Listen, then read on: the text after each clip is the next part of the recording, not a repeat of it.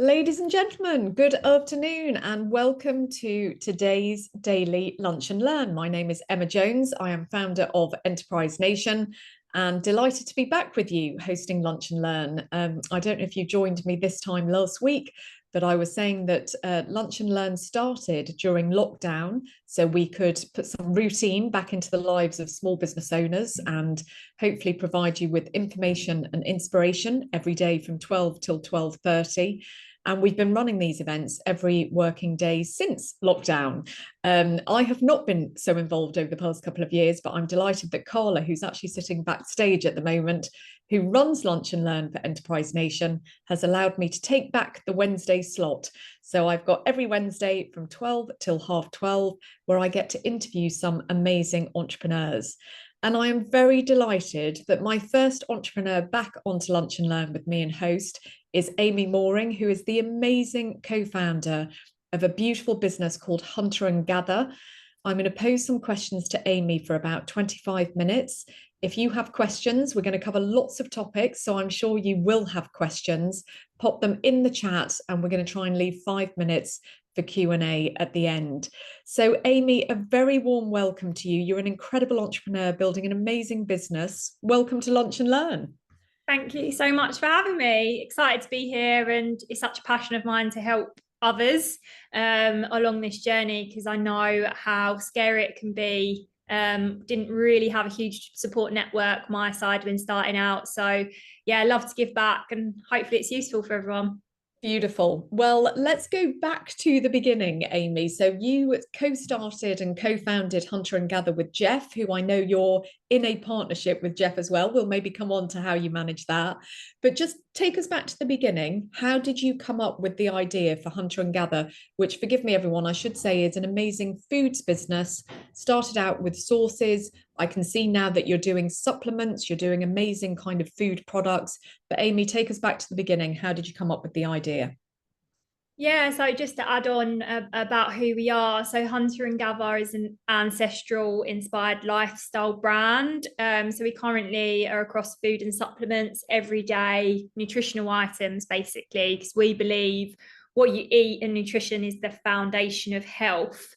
But there's also other areas that we talk about, such as good sleep, community, hot and cold. So you'll see us in ice baths in the office sometimes. And I'd love to say that I just had a eureka moment, or me and Jeff did, and that was it. This multi-million-pound business was born.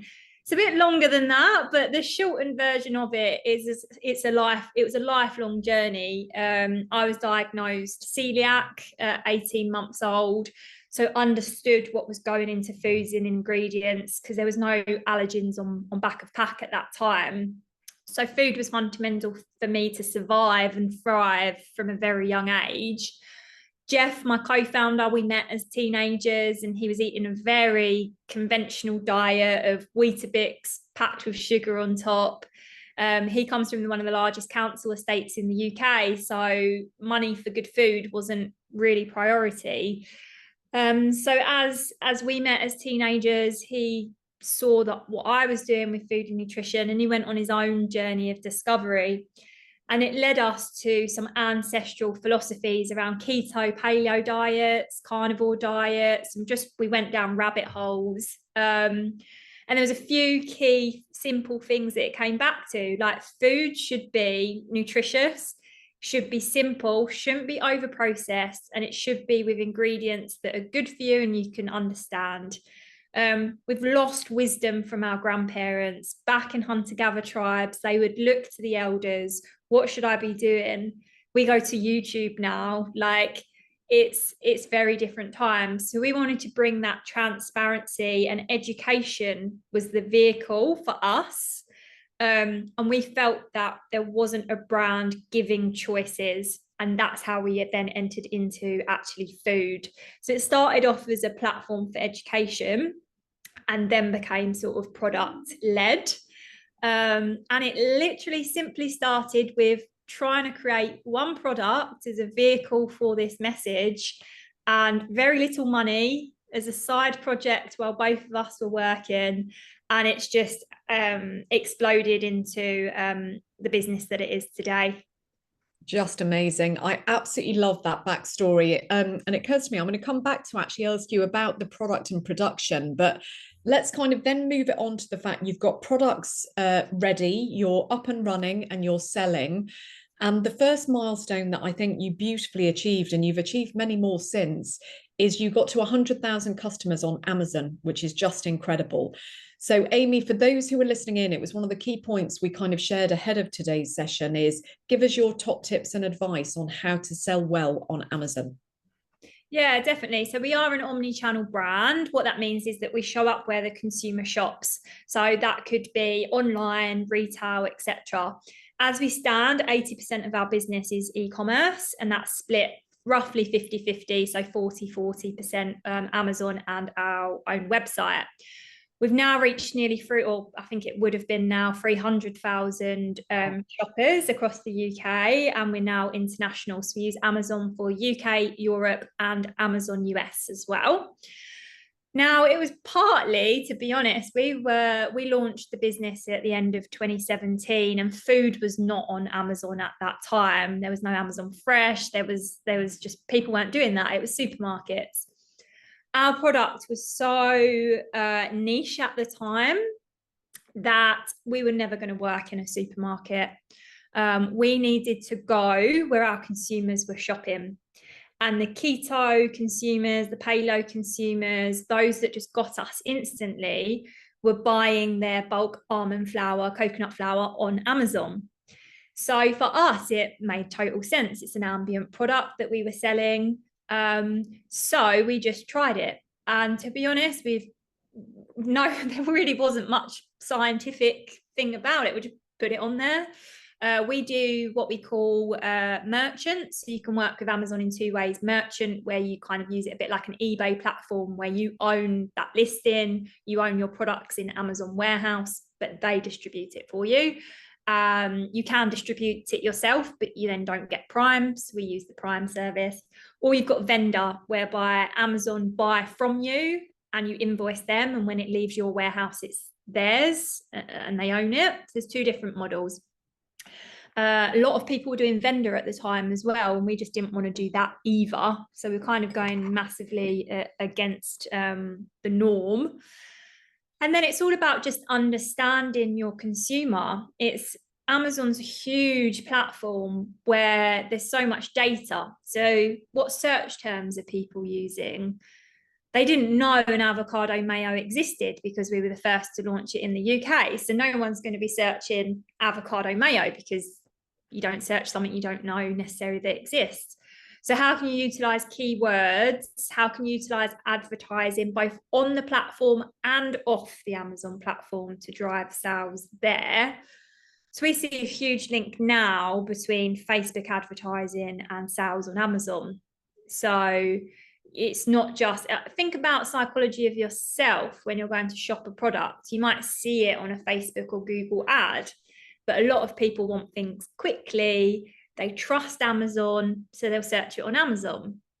So there are like links that you can't always categorically say someone's shopping on Amazon because they saw that Facebook ad, but you can see it as your business grows.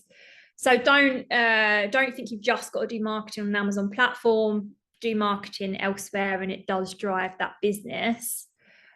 Be aware of margins and commission fees and things like that, because you can have a really great business on Amazon that doesn't bring in any profit. And I think a lot of people get stuck in that world as well, whereas you could do some slight tweaks. So for example, we've got one product in one category. If we was to increase the price by £1, we would actually be worse off because you enter a new commission bracket. So your pricing strategy is important, knowing where those brackets are, and also can you manipulate your products into a certain size that makes sense. So when we first launched on Amazon, we had a small, tiny jar, actually, one of the ones behind me, that was like £6-7 a jar of mayo, because it needed to be a bit more expensive because of the fees, etc. We actually decided to price it a little bit lower and almost use it as a bit of a loss leader initially.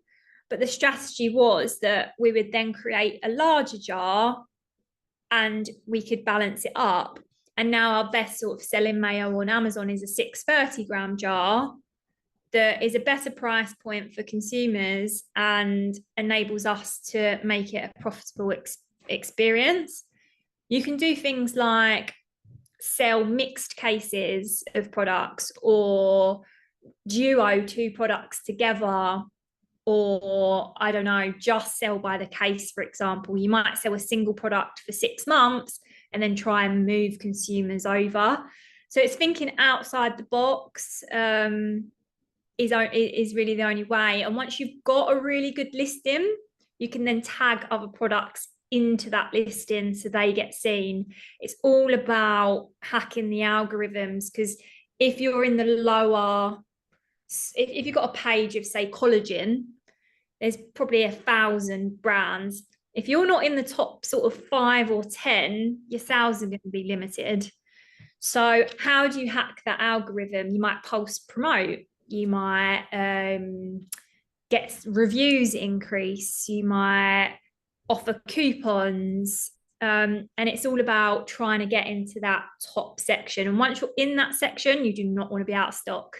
That is the worst thing ever. So a lot of people prioritize grocery, but you do really need to prioritize stock within Amazon to keep your listing.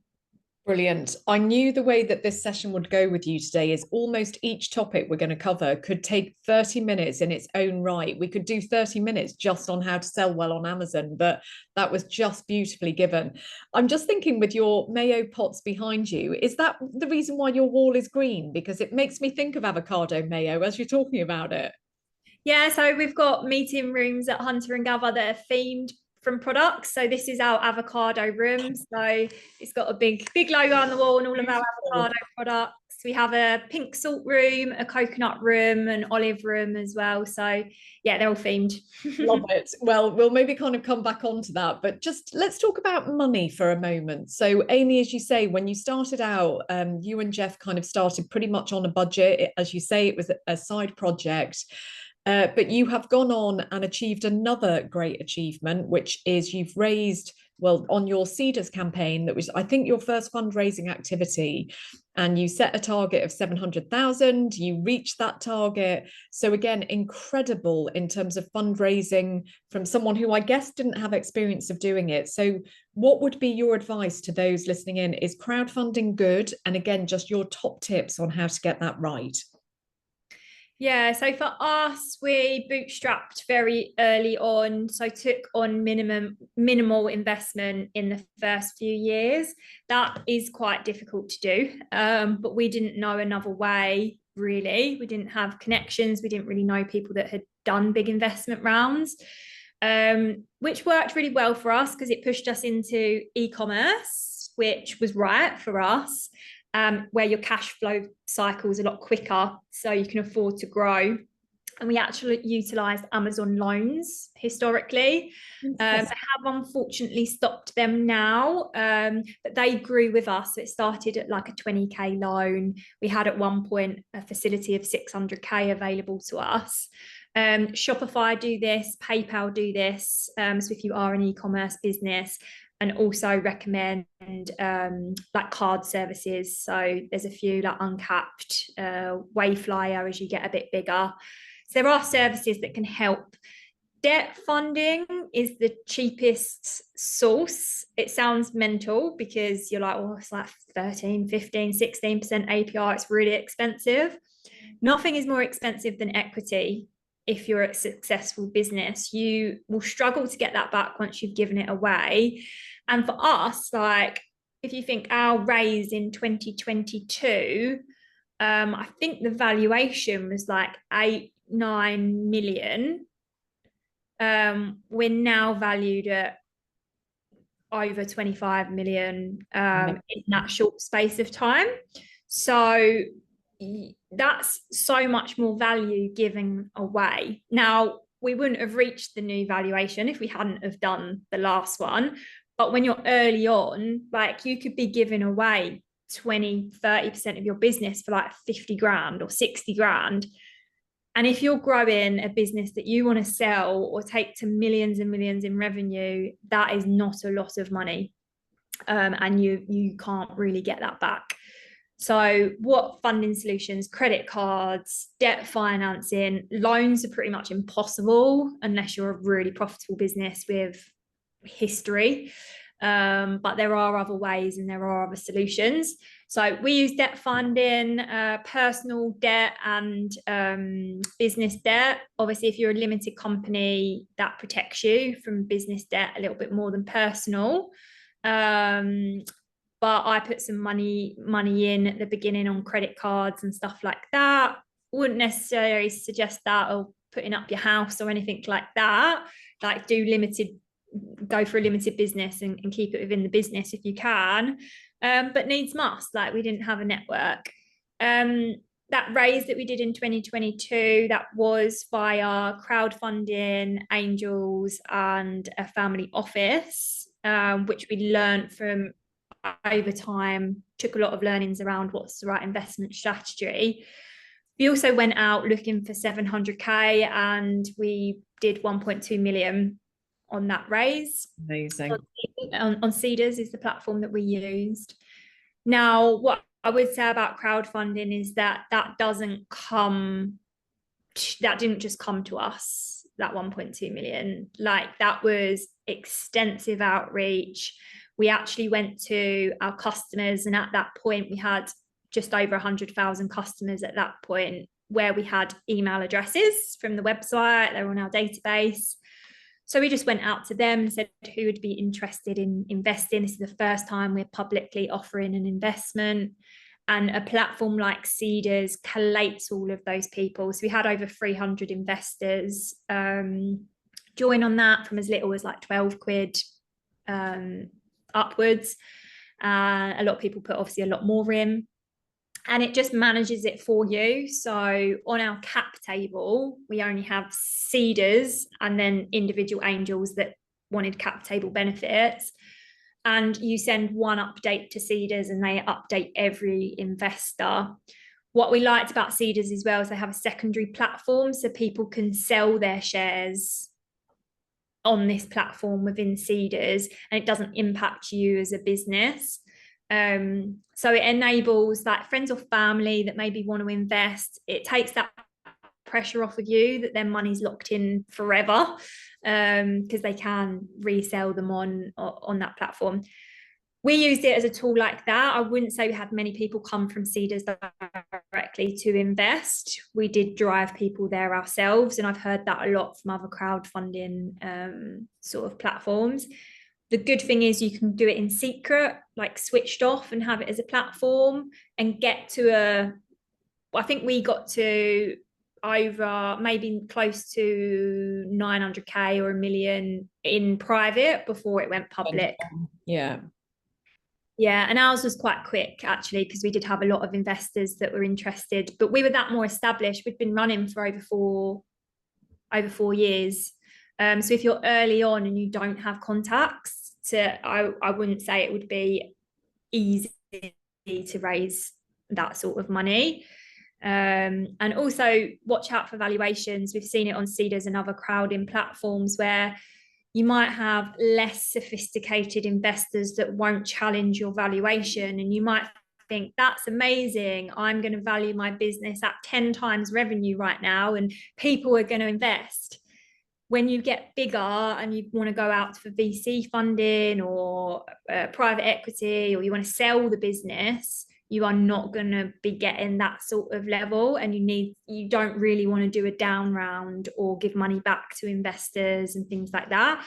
So having a strategy and just not thinking like bigger is always better. So be quite conservative on your valuation as well. You get bigger valuations relative to revenue at an earlier stage. Yeah.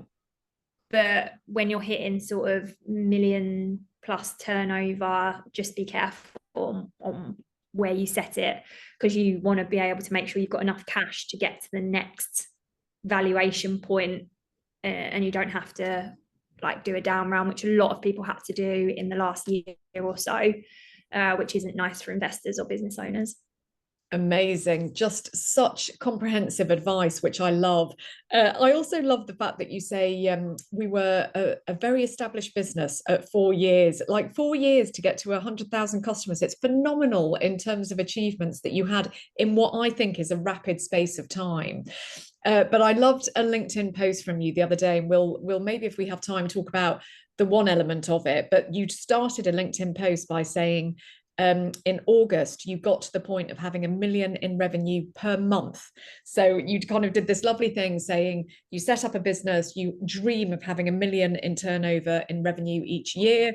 Hunter and gatherer got to the point of having it in a month. Now, lots of this has been hugely enabled, as you say, by your online sales, but you now are beautifully stocked in many different places: Tesco, Ocado, Holland and Barrett. So, Amy, what's your advice on how to find the right retailers, offline retailers, and how to get stocked in them? Yeah, so I would say focus on where your customer is and where there's a lower barrier to entry. Like Tesco's was on our radar, but it took 4 to 5 years for us to actually get a listing. And to be honest, I wouldn't change that, because if it was any earlier, we probably wouldn't succeed. And I think a lot of people think, I just need to get my product on shelf. If only they would let me have that shelf space, then I'll succeed. Getting on the shelf is one tiny, tiny part of it. It's what happens when you're on shelf. So you've got to know that if you're going to put investment in going on shelf, because you're probably, like for us, we hired a sales director. We needed to ensure our shelf-ready packaging was designed beautifully. We needed to make sure that our products met all the criteria of Tesco's. We needed to create a marketing plan. We needed to invest in promotions. This is a lot of money. And if you don't get it right, oh, thumbs up. Yeah, a lot of money. If you don't get it right and the sales don't come through, then that can be a big risk to you, and it will take you longer to get a chance to come back into that retailer than if you almost, I see it as a ladder. Low barrier to entry is D2C, direct to consumer. Not all products work in that space, I will caveat it. But for us, we adapted the brand so that people bought across the brand. It's why we're cross category, to create a basket size that was bigger and made sense for D2C. If we were just mayo, wouldn't make sense D2C, because you wouldn't get the basket size to even cover the pick and pack costs, let alone the free shipping. So D2C is an easy entry, but it has its own complexities. That probably took us we're still learning now, but 4 years of trying to crack that and Amazon. At the same time, we're layering on Whole Foods Market. We got a listing there and we took time. We learned what worked. Was the packaging right? I went and did sampling in Whole Foods Market. What was the consumer picking up on as the key USP of that product? You take that back to your D2C, you change your website, you change your Amazon keywords. Then you go from Whole Foods into Ocado, or it might be Planet Organic, or there's like a ladder of hierarchy within retail. And I would test and learn personally in the Ocados of the world, the Planet Organics, the Whole Foods, because you can get really good data from the buyers normally. You can see it. And a very naughty tip is, if you don't have data at your fingertips, get some really little tiny circle stickers and stick them on your products in that retailer. Come back in a week's time and you'll see how many have sold. And it's a really good way to understand rate of sale without actually buying data. I mean, it's a small scale thing, but I've definitely done that.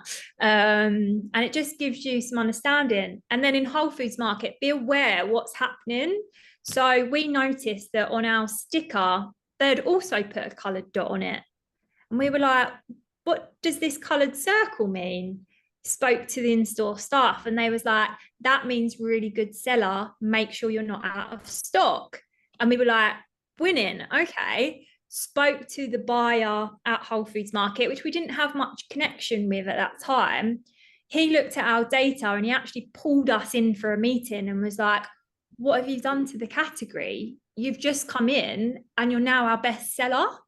Like, what's unique about you? I don't understand.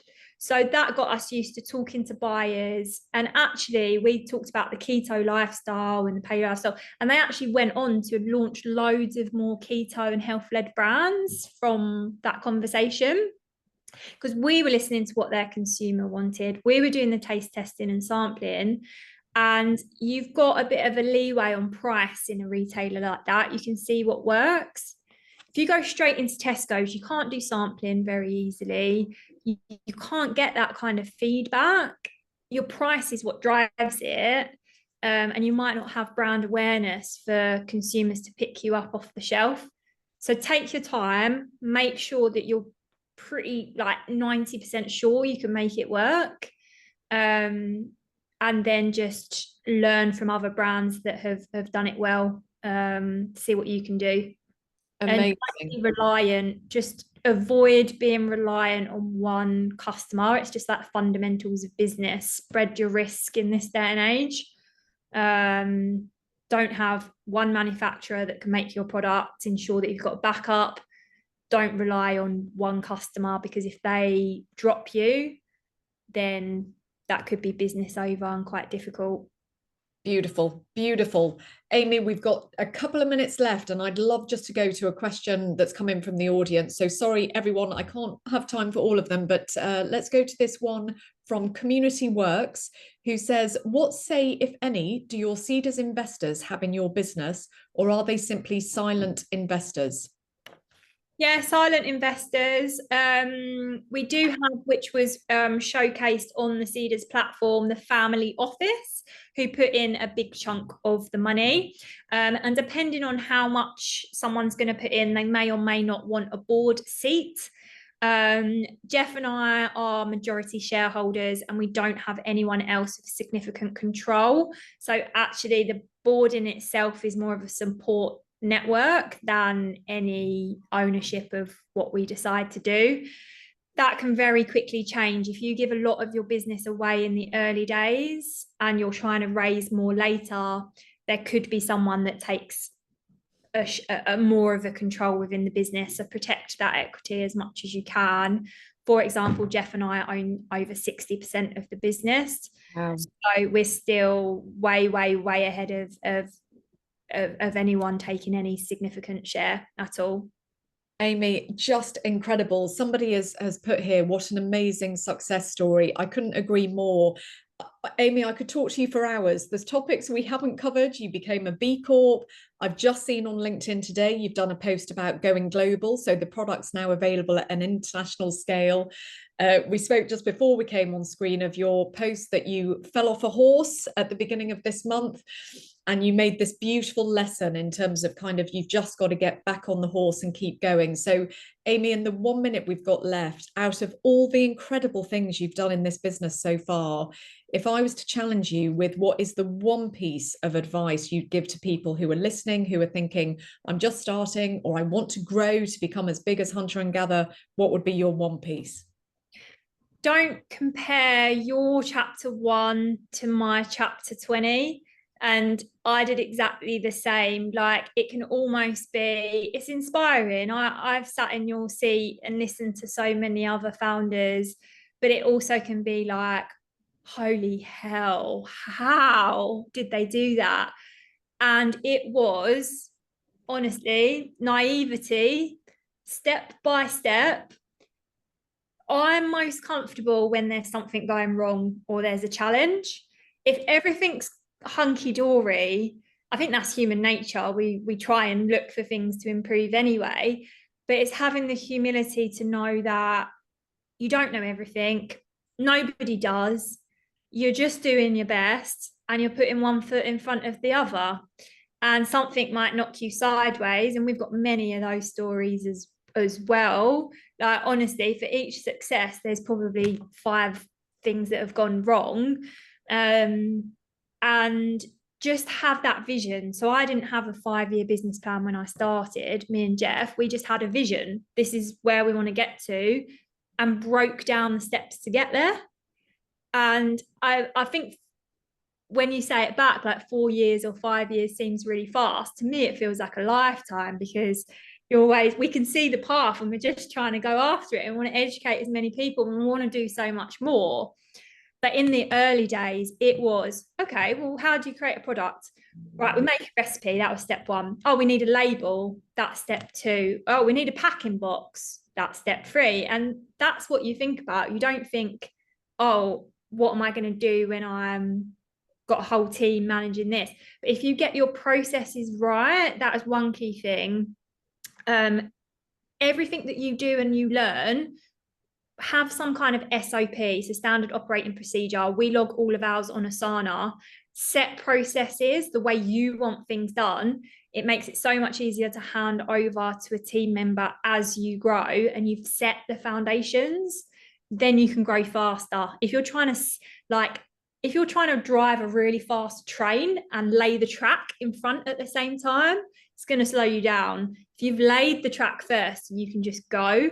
And that's probably been one of my learnings and successes of what I was proud of that we did, was thinking ahead in terms of process and foundation, but then taking each step as we needed to and not getting too ahead of ourselves. You are a complete inspiration. It's amazing to hear this story. And one of the most exciting things is you've kind of only just begun. So I can't begin to see where you're going to go next. Thank you so much. Dialing in from your avocado mayo room. Amy, best wishes with the ongoing success of Hunter and Gather. It's incredible what you've achieved so far. Thanks so much for coming on to Lunch and Learn. And ladies and gentlemen, I could see that somebody said, will the recording be made available? It absolutely will. We'll upload the recording to Enterprise Nation. We know that lots of people watch back and we have new people that the recording will be available to. But thanks everyone for joining. Amy, best wishes. Thank you so much, and huge respect on what you've achieved so far. And for everyone, I know there were some comments that we didn't get to answer. If you head over to LinkedIn, I did a post talking about this exact session. If you put your comments on there today, I will respond to you. So just go to my LinkedIn. It's Amy Mooring, Hunter and Gather. I tagged the post with Emma in it. Put your extra comments on there and I will come back to you today. So hopefully you can answer them all. You are amazing. Amy, thank you. Beautiful business, beautiful girl. Keep on rocking it. Thank you, Amy. Bye, everyone. Bye. Bye.